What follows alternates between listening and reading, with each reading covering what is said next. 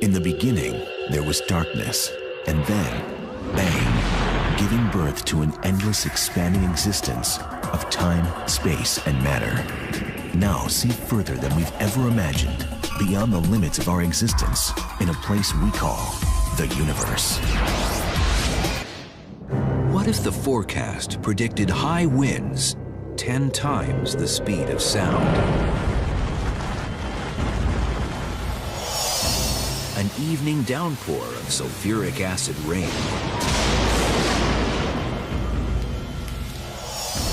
Or a hurricane 2 times the size of Earth, lasting 300 years. This is not the stuff of a science fiction movie. These are actual weather reports from around the universe, and it's Earth's weather to the extreme.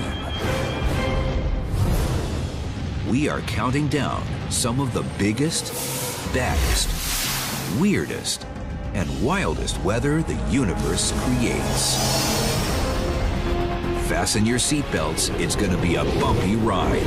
This is the universe, wildest weather in the cosmos.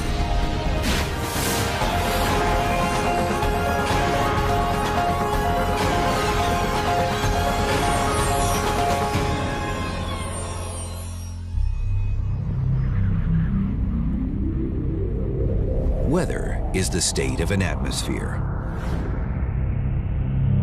We might think we've got it bad on the 3rd planet from the sun, with vicious thunderstorms, oppressive heat, and temperatures so low they're sometimes unbearable. But weather here is a walk in the park compared to weather elsewhere in the universe.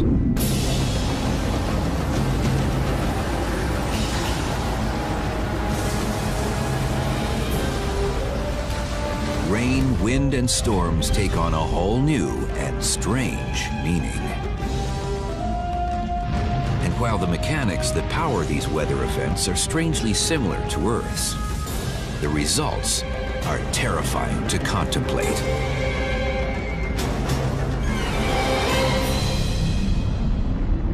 It's 900 degrees Fahrenheit on Venus, hotter than a pizza oven, every day. Mars is bone dry and colder than ice cold.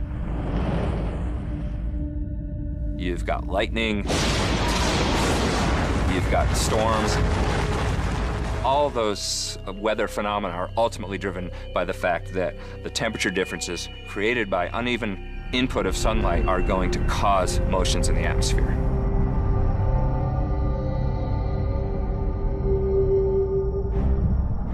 Perhaps the answers to Earth's ultimate fate lie in the great unknown of space. And we're counting down the most extreme weather the universe has to offer. You want to learn about which way our planet can turn climactically? Have a look at some neighboring planets within our own solar system. Scientists know all weather starts with one thing: heat. Heat is a catalyst that creates winds.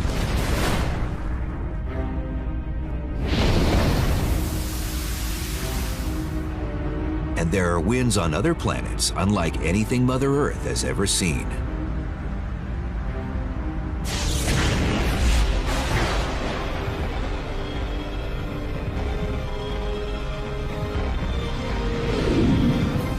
Jupiter is a monster planet. If you add up all the planets together, they would not total the gigantic planet called Jupiter. Jupiter is the planetary amusement park when it comes to windy conditions. Jet streams on Jupiter are pretty cool. Here on Earth, we roughly speaking have about 1 jet stream per hemisphere. Jupiter is different. Jupiter has about 30 jet streams. These are associated with the cloud bands. Jupiter's jet streams rip around the planet, running in opposite directions. Defined by different colors and visible on its surface, these jet streams tear around Jupiter's astounding 1,000-mile thick atmosphere. Earth, in comparison, has only a few jet streams and an atmosphere only 100 miles thick. But why so many jet streams? And why winds at all on a planet that doesn't even get a quarter of the sunlight as Earth?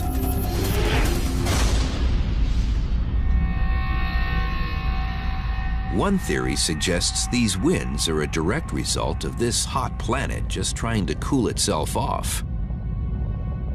Jupiter's a huge planet, over 300 Earth masses, and it formed with a huge amount of heat. And it's so big that it's still trying to get rid of this heat of formation. This constant release of heat slowly rises into Jupiter's atmosphere and collides with cooler air.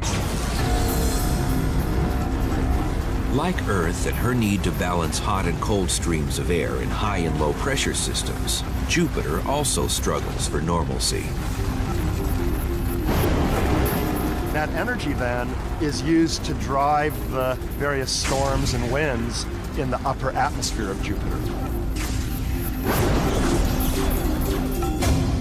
The jet streams on Jupiter are really ferocious. They go at several hundred miles per hour. And there's a lot of gas zipping along this stream. But unlike on Earth, the jet streams are pretty stable. On Earth, it's rare for surface winds to reach over 200 miles per hour. The jet streams on Jupiter reach speeds exceeding up to about 300 miles per hour.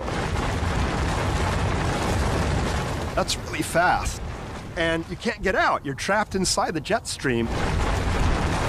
Traveling through Jupiter's equatorial jet stream would be like a roller coaster ride from hell. It's like this continuous, never-ending roller coaster ride. I love it!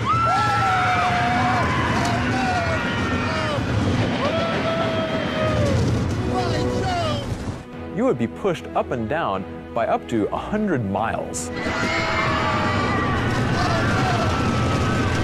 This is huge. It would lead to a much greater change in pressure than going from the Earth's surface up to the top of Mount Everest.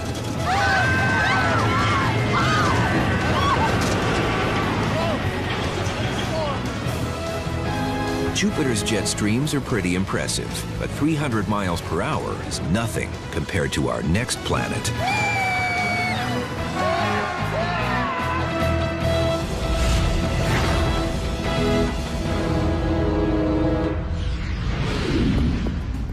At first glance, Neptune is the last place scientists expect to find wild weather, let alone vicious winds. Heat is not in abundance on this chilly planet. Neptune is frigid cold. Neptune only absorbs 0.1% of the sunlight that Earth does. Up until 1989, Neptune was considered, well, boring. Sitting far away from the sun and having an orbit of 165 years, scientists didn't believe much was to be discovered on the blue planet. A visit from Voyager 2 changed all that.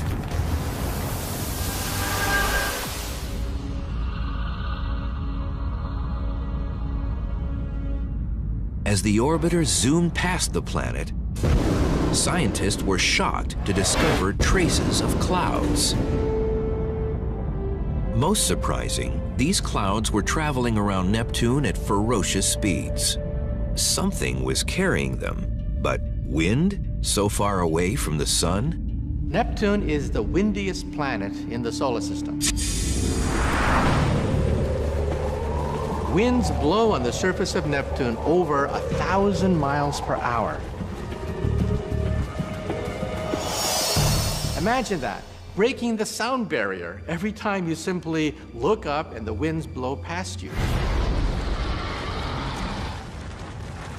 Scientists estimate winds reach up to 1,500 miles per hour, depending on weather conditions and storms that develop. A major unsolved puzzle in our solar system is the fact that the wind speeds on Neptune are actually much faster than those on Jupiter, despite the fact that Neptune receives only maybe 4% of the sunlight that Jupiter does. This lack of sunlight or heat completely contradicts what scientists know about how winds develop here on Earth. You might think that the stronger the sunlight, the stronger the winds would be. This is obviously not true when comparing Earth to Neptune, since Earth's winds are typically maybe 30 miles per hour, whereas those on Neptune reach 900 miles per hour.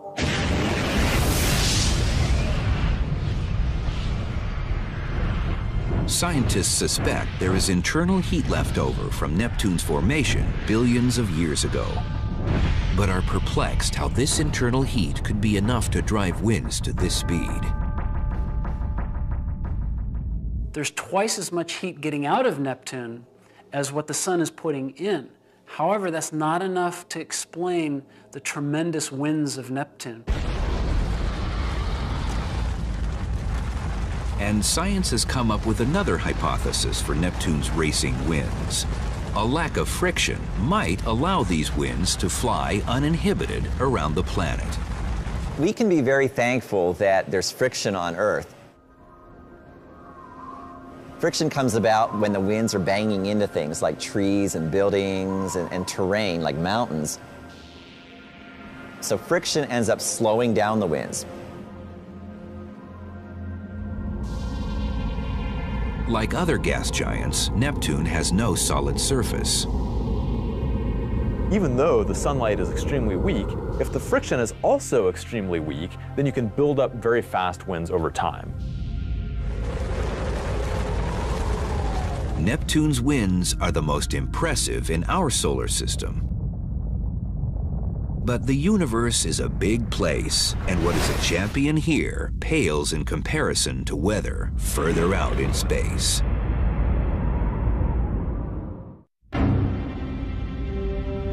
Perhaps the most exciting discovery in planetary science are the most amazing winds we could hope to never experience.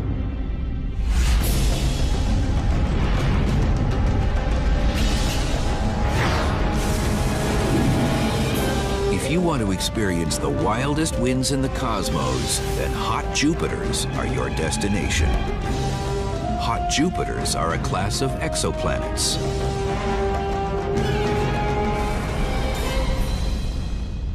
It's definitely not a place you want to be. It's much, much worse than Neptune. It's much hotter, the winds are much faster, so if you want a nice kind of calm place to set up shop, you'd probably be better off going with Neptune. These guys are definitely much, much worse.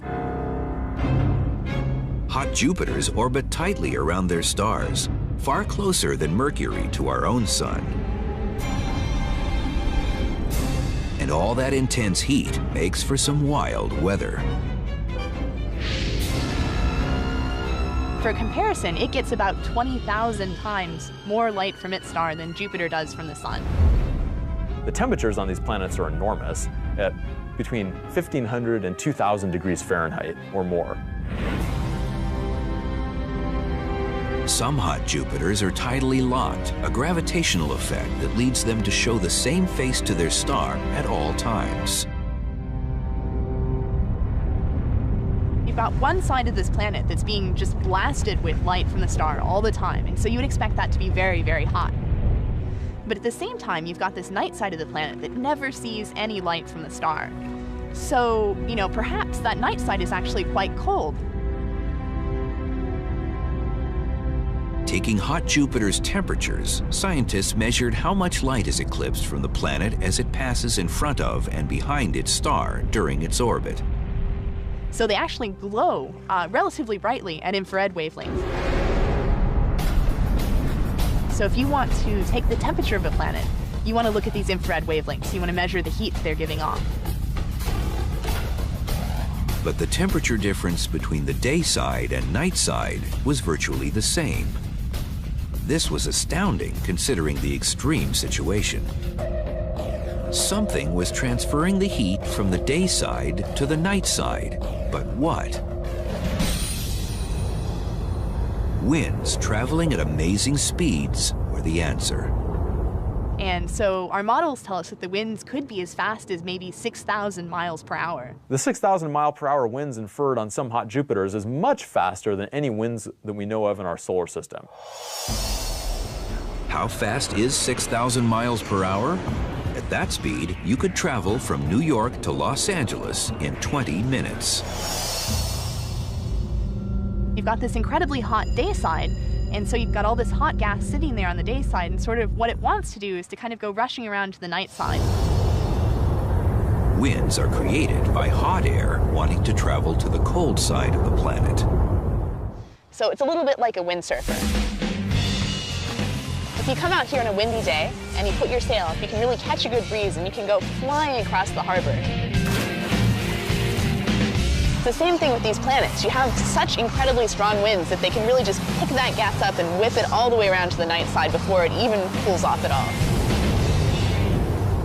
It's hard to beat weather like that. 6,000 mile an hour winds is about as crazy as you can get with a planet. Scientists have learned to expect the unexpected when it comes to weather in space. Sometimes winds become storms, like tornadoes.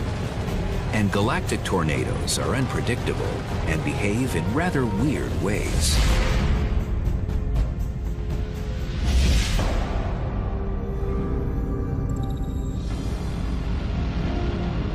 Recently, a tornado of epic proportions was discovered in space.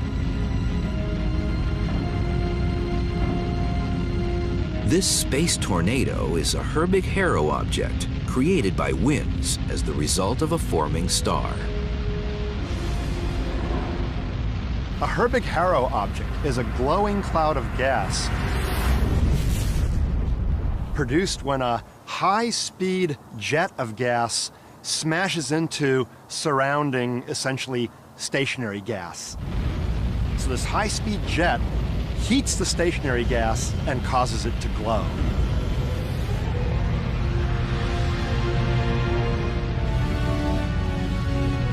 This object would easily be #1 on the list of wildest tornadoes in the universe, except for one important fact. It's not actually a tornado.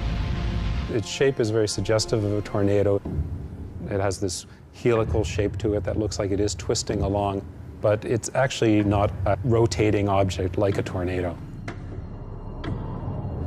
Unlike a tornado on Earth, where a vortex of wind creates a conical shape, this tornado is created by magnetic forces, creating a wake of cosmic dust and particles.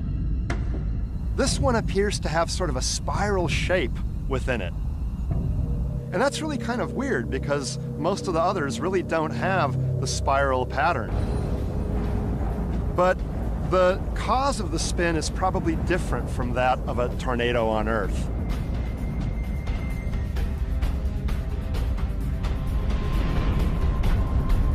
#2 on the galactic tornado list is much more like tornadoes we find at home, and it's a towering presence.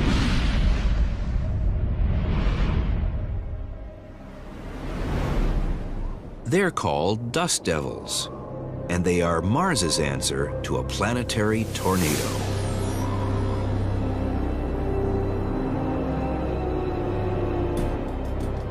Dust storms on Mars are pretty cool.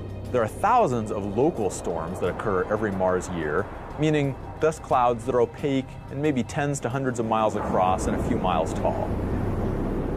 Often referred to as the red planet, Mars is a dusty and dismal place. Its surface is covered by sand. Apparently, there is no liquid water on the surface. And in this dusty terrain, when the sun rises, trouble starts. Dust devils can be hundreds of yards wide and a half-mile or more tall, spinning 70 miles an hour across the surface. And they have similarities to Earth's own tornadoes. As far as the basic forces inside a dust devil, they're pretty similar to in a tornado. They're both thin vortices that rotate and are low-pressure centers, yet a tornado is much, much stronger, often by an order of magnitude in wind speed.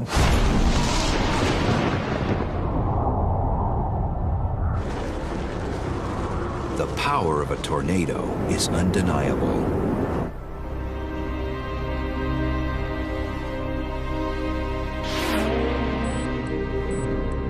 And scientists at Iowa State University can't seem to get enough of these violent storms. Here, they have built the largest tornado simulator in the world to understand vortex formation.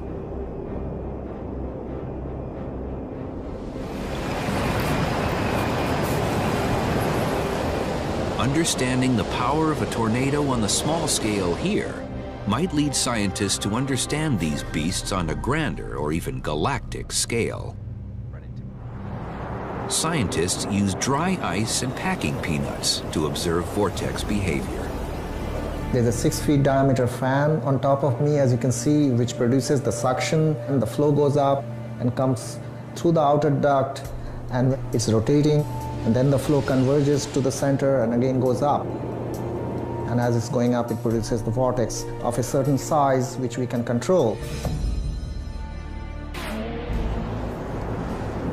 Combined, these elements perfectly mimic the formation of a vortex as it swells from its base and grows to a funnel.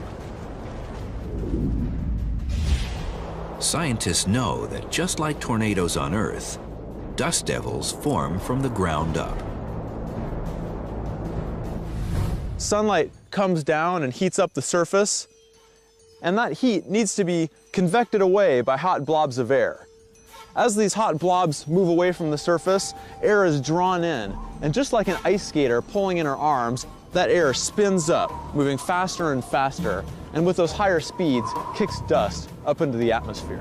As this hot blob of air moves away from the surface, the dust devil will become taller and stronger, reaching altitudes of several hundred meters or more and widths of typically 100 meters, and will get stronger as dust continues to be ejected into its interior. And then the dust devil will move off into the distance. However, if a future space colonist was trapped in a Mars dust devil, it wouldn't be fatal. The atmosphere on Mars is very thin, so the wind could be blowing on you and you barely feel it. The pressure on you would be relatively low. So you're not going to say, oh, what was that? I just got bowled over by a dust devil. No, that's not going to happen.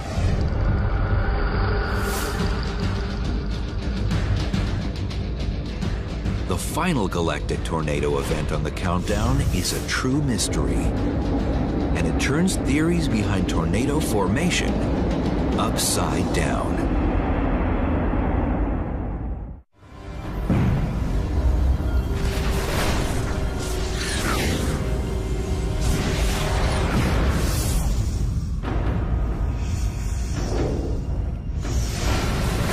The final tornado on the countdown is double trouble.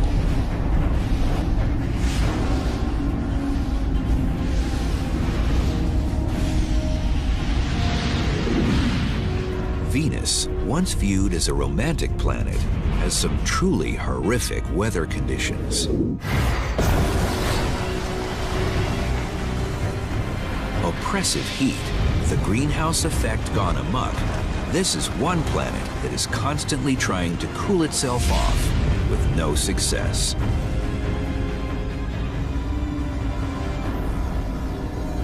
Venus is a fascinatingly hostile place. It's so hostile that even our machines that we send there, they work for like a few minutes, and then the components melt. As a result of this constant heat, storms are always present on Venus, and this makes for one of the most interesting vortex events ever observed. There's a giant, upside-down, twin tornado permanently existing at the pole of Venus. Ever since the Venus Express orbiter sent back magnificent images of Venus, scientists have struggled to understand the twin vortexes running upside down at her south polar region. In a sense, it's an upside-down tornado because the air is funneling from the top part of that spiral down towards the ground, whereas a typical tornado on Earth, you think of the air kind of rising up the funnel.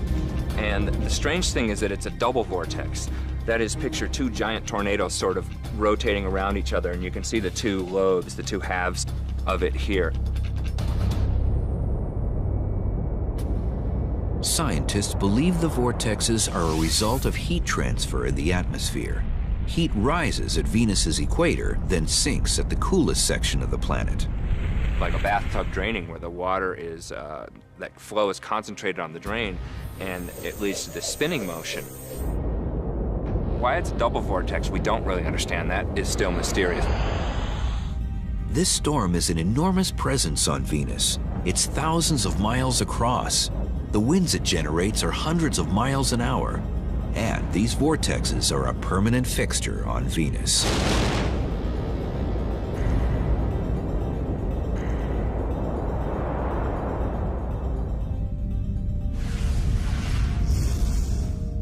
Weather takes many strange forms in space.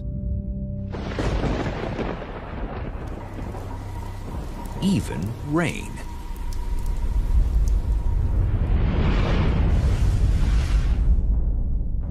But other planets have atmospheres made up of different chemicals.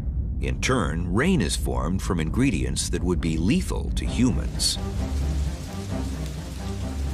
And these toxic rains are some of the worst you'll find anywhere in space.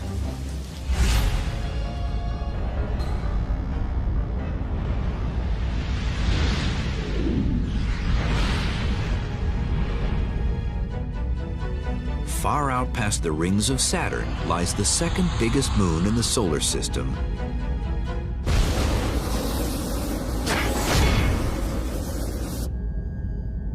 Titan.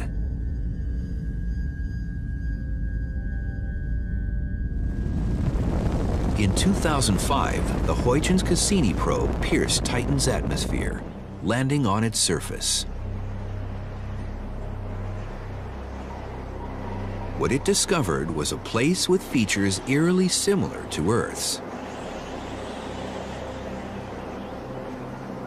Titan is the only planetary body in the solar system that has seas, like Earth. In fact, I regard Titan as a deranged version of Earth. Scientists were excited to discover mountains, washes, even lakes the size of Lake Superior.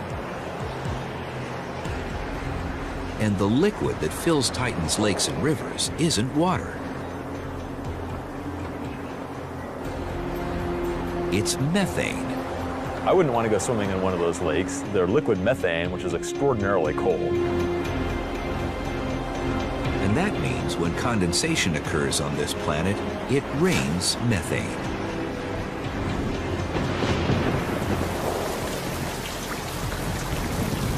Rain on Titan isn't an everyday occurrence.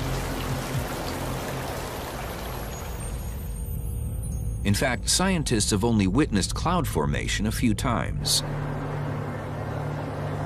But the evidence is everywhere. Deep washes as a result of significant rainfall. Here we are in Tucson. It hasn't rained for days, and it doesn't usually rain, but occasionally it rains very strong. And we get a lot of water coming through this wash and eroding this wall. This is the same kind of evidence we see on Titan, where usually it doesn't rain, but occasionally it produces phenomenal washes. Rainstorms on Titan might be pretty violent. We see lots of erosional patterns on the surface that suggest that some of these storms have been pretty powerful. Scientists believe it takes time for a storm to develop on Titan. And every once in a while, enough clouds build so a rainstorm occurs. So what if we do see a storm here? What would it look like? Well, the big ones are incredible. They would cover the sky from one end to the next. And we would eventually start seeing these very gently falling drops, much slower than the rain that you have on Earth. In fact, everything would seem to be in slow motion. The winds would be a little bit slower, and the drops would gently land, and they wouldn't be water. They would be natural gas.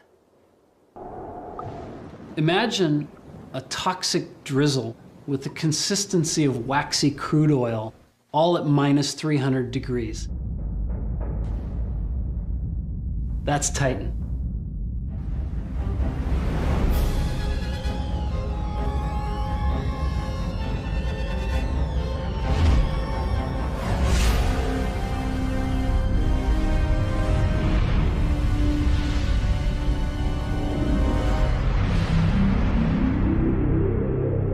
On Venus, there's never an issue with getting enough heat from the sun.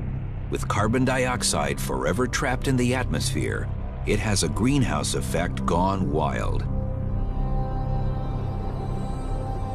All that heat creates condensation and clouds, thick with sulfuric acid. Here's the irony. Venus is named for the goddess of beauty. The source of the beauty of Venus is one of the most potent acids known to science. In other words, women are not from Venus. There seem to be storms and convection patterns that move around. There are places within those clouds that are very turbulent. Rainstorms on Venus happen 30 miles up from the surface in the cloud beds. And acid rain falls constantly. The thing about the acid rain on Venus is that it literally is battery acid. It's so strong, that acid, that it would eat through skin and do very nasty things. So whatever's left of your body would be burnt into a charred piece of powder by the sulfuric acid. But the final rain on the countdown is the most toxic, if not the most dangerous of all.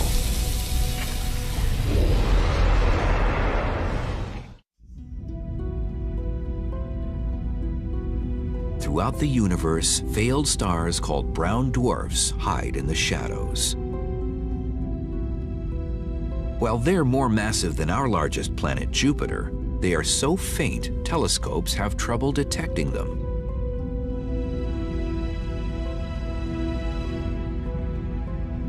A brown dwarf is a failed star. It's a wannabe. It's a ball of gas that never quite made it. You have to have a certain amount of gas before you get ignition and you get a beautiful star emerging. A brown dwarf just didn't make it. Despite being a failure as a star, temperatures on brown dwarfs are still pretty impressive. At over 3,000 degrees Fahrenheit. And unlike stars that are too hot to have weather, brown dwarfs have cooled enough to experience convection and condensation. At these temperatures, rain takes on a whole new terrifying meaning.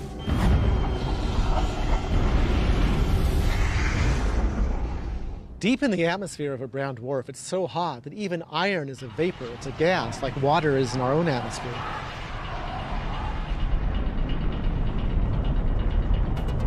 As iron vapors rise up, they cool, solidify, and turn to sand.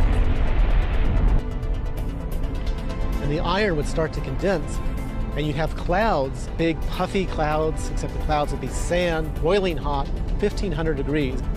Because in a brown dwarf, you have something the size of Jupiter, but you've packed in 30 or 40 or 50 times the mass of Jupiter. The gravity is very high. It can be as high as 300 times the gravity we have on Earth. And so things can fall a lot faster. The high moving velocity of the sand blaster makes it a pretty good analogy for sand in a brown dwarf. In the atmosphere of a brown dwarf, the gravity is 300 times what it is here on Earth. And these little sand grains in the clouds would be falling at 70, 80, 100 miles an hour. It'd be a lot like a sand coming out of a sand blaster. This sheet of stainless steel has been warped by the force of the sand blaster.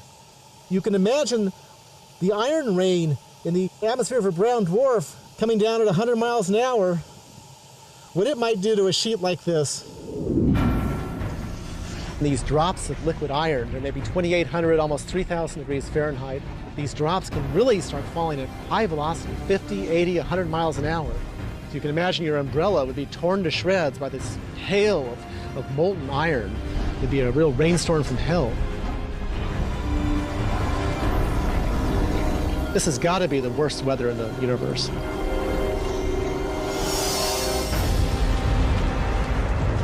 Heat, convection, condensation.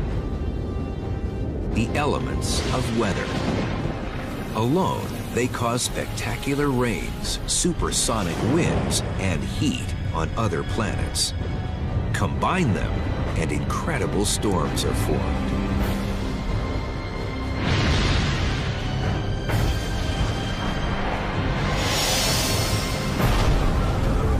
A storm needs a temperature difference. On Earth, every storm is a result of uneven heating by the sun. The easiest example is the ocean is colder than the land.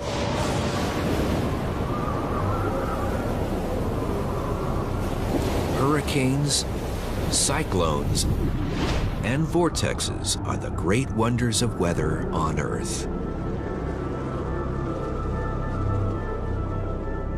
But also in space.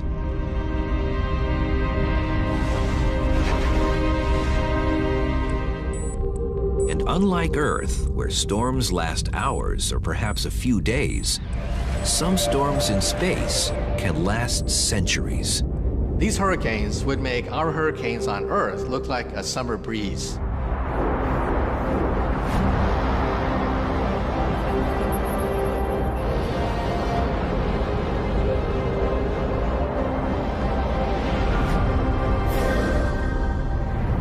Neptune has the fastest winds in the solar system. But it also has a great dark spot. A mysterious hurricane-like storm that appears and disappears with no warning. It flies around the planet counterclockwise.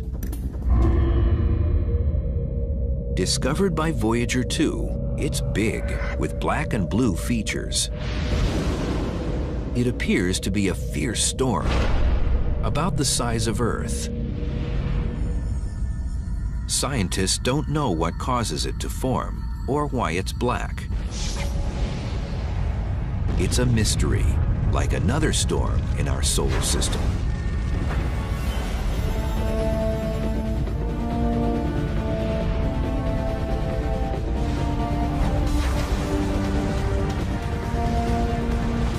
Saturn is famous for its magnificent rings, but is a little mysterious when it comes to its atmosphere.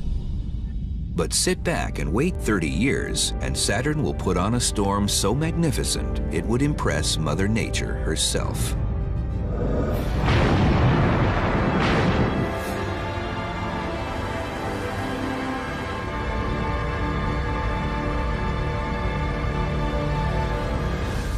It's called the Great White Spot, a gigantic storm that develops every 30 years on Saturn's surface, eventually covering the entire equator. This is truly a planetary scale phenomenon, and we think it's a monstrous, monstrous thunderstorm. Scientists have observed the storm developing at Saturn's equator, where it receives the most heat from the sun. Perhaps heat builds over time and finally bursts into a storm on a planet that has no surface or friction to slow it down. In other words, it's sort of like a vicious circle where once you get the ball rolling, it just rolls down the hill and, the storm goes global. Months later, the storm runs out of energy, only to lie dormant for another 30 years. What the cause or timescale means, scientists truly don't know. But Saturn's Great White Spot is not as powerful or everlasting as our biggest storm in the solar system.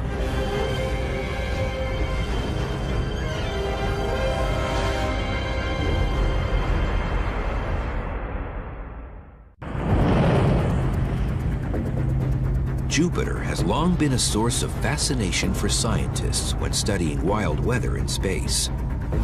And its great storm has been a feast for the eyes for centuries.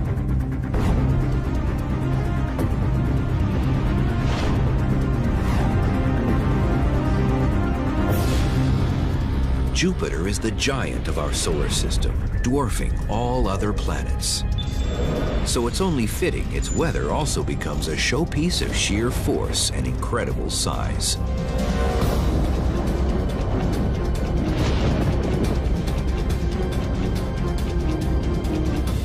In 1664, the astronomer Robert Hooke noticed something strange about Jupiter. There was a pimple there, which we now call the Great Red Spot. It's been stable.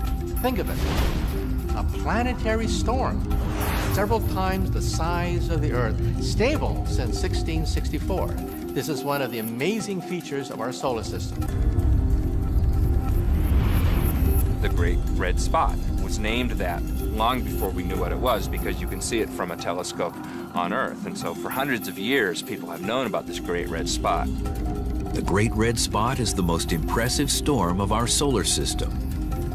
And it's been churning for at least 300 years. The mother of all hurricanes in our solar system is actually on Jupiter. It's not technically a hurricane, but it behaves very much like one. It has a heat source, it has swirling winds, but it dwarfs anything on our planet. This storm is so big you could take 2 Earths and stick them right inside the storm. The winds are blowing at 300 miles an hour.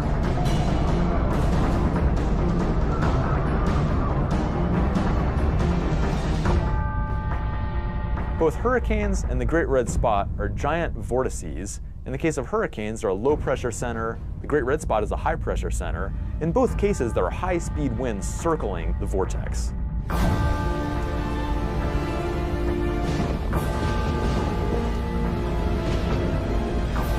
Like a giant eye, the storm continuously circles Jupiter. Wind speeds reach 400 miles per hour, and the giant red spot never seems to dwindle in strength. Powered by the internal heat of Jupiter, it also eats anything in its path. If you're a small vortex and you're in the path of the Great Red Spot, look out. You're going to be gobbled up like a little fish. Scientists believe the lack of friction or surface on Jupiter might allow this storm to churn uninterrupted for centuries more.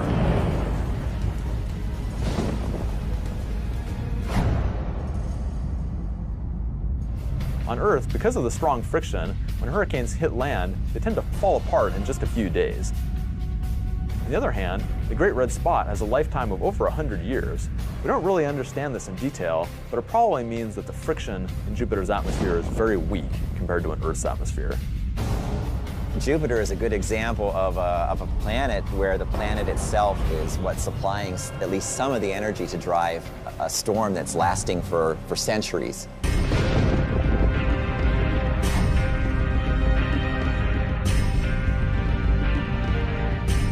Weather, the state of an atmosphere. Throughout the universe, familiar weather events on Earth are played out in fantastic ways on other planets.